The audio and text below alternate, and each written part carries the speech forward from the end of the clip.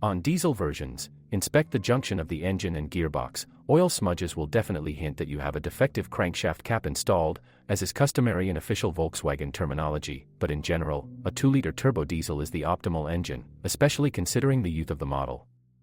Yes, he became the hero of the sensational Dieselgate, but this did not make him any less reliable. The owner of such a car can be calm for at least 150 or even 200,000 kilometers. Then, of course, you will have to update the injectors, high-pressure fuel pump and turbine cartridge, but that will come later. Low-quality fuel and dirty oil can accelerate the demise of these units. From the experience of operating this engine on other VAG models, we can predict that on older cars, the valve cover and injector seals will most likely leak. Well, naturally, the exhaust gas recirculation system valve will jam, and the unreliable timing belt tensioner has also not gone away. In any case, complaints about him, although rare, still occur. The belt itself should last up to 120,000 kilometers. We would advise you to follow the belt according to this scheme. After 60,000 kilometers, monitor its condition at each scheduled maintenance, and when the time comes for replacement, we recommend changing not only the belt, but also the pump.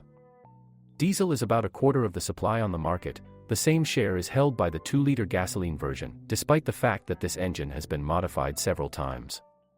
He still has a couple of critical weaknesses. It may not be a record-breaking, but very noticeable oil appetite, and the second is the most delicate timing chain. As soon as the odometer goes into second circle, it needs to be given constant attention. The remaining half of the cars have a 1.4 engine. There is no point in hiding the fact that the performance of 125 horsepower is rather weak, but the 150 horsepower Kodiaq is very good. Although in terms of reliability these are very resourceful twin brothers. In the 211 series units, engineers used a problem-free belt instead of a weak chain, and the high-profile story of oil getting inside the combustion chamber is no longer relevant. Although it continues to scare buyers. As it turned out, the hole for the valve guides was processed incorrectly, but this was before the fall of 2013. And only the turbocharger actuator remains a place that requires increased attention. It would be nice to lubricate his rods from time to time. Although this is not a very convenient operation. Direct injection loves good high-octane fuel and fresh spark plugs, and the engine loves high-quality oil, fresh antifreeze, and clean radiators. For 1.4 engines, not only a selective gearbox is offered, but also a manual gearbox. Yes, people buy such cars reluctantly, so there are almost none of them on the secondary market. The 6-speed gearbox of the MQ350 itself is considered strong and has only 2 unpleasant nuances. So, if squeezing the clutch is accompanied by a creep, most likely the plastic tip on the rod of the working cylinder has worn out, but if at long runs you hear rhythmic tapping from under the hood, expect more serious troubles. Most likely you will have to scrap the expensive dual-mass flywheel. Our motorists prefer to stay away from DSG, alas. The DU200 series unit has greatly ruined the reputation of this type of box. However, units of the 250 and 500 series are prepared for the Kodiaq. They are in good standing. Both transmissions are considered as strong as classic automatic transmissions, but there is one thing: the valve control unit likes to have the lubricant changed every 60,000 kilometers. But with aggressive driving and serious age of the gearbox, the oil needs to be changed even more often. Probably, for the buyer of a large family crossover, our next recommendation will seem strange, but drifting and other manifestations of aggressive driving are contraindicated for these boxes. By the way, DSG gearboxes, like any modern transmission, have a long-term adaptation program. That is, after a few days of driving, the automatic system adjusts gear shifting to suit your driving style.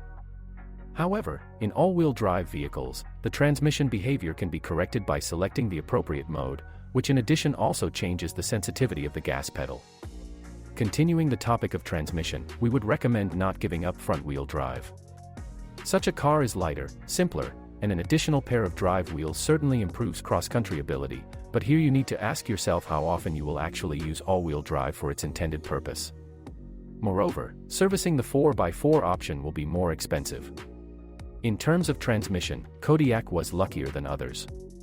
The model entered the market after a major revision of the all-wheel drive clutch. In particular, a more durable pump appeared then, and still, in the 5th generation Haldex clutch, the strainer needs to be cleaned and the lubricant changed every 20 to 30,000 kilometers. The durability of the suspension can still be assessed very tentatively. In Russia there simply is not a large number of cars that would travel 200 to 300,000 kilometers. Those copies that have passed the first 100,000 can literally say the following. Up to 100 to 120,000 kilometers on the chassis there should be no problems. And only if you load the car fully before this time, the rear springs and shock absorbers will give out. The front shock absorbers should last somewhere up to 150,000 kilometers, and at about the same mileage it will most likely be necessary to update the steering tips and wheel bearings. Here, even the anti-roll bar struts are not consumables. The brake system should not cause problems, but you need to be prepared for the fact that the rear brake pads wear out quite intensively. Usually they are enough for 20 to 30,000 kilometers. So is it worth buying a used Kodiaq from a reliability point of view? Definitely yes. This is a successful model, which its creators have endowed with very resourceful units. Another bonus is a tiny list of childhood diseases, and only the price tags for used Kodiaqs make you think. By the way, let's note that the third row of seats is an option, so not all crossovers have 7 seats, while 2 additional seats, which may be in the trunk for some unknown reason, lack ISOFIX brackets, so you can only secure a child seat in the gallery with standard seat belts. But remember this crossover. The trunk will be purely nominal, a maximum of a couple of medium-sized bags will fit here.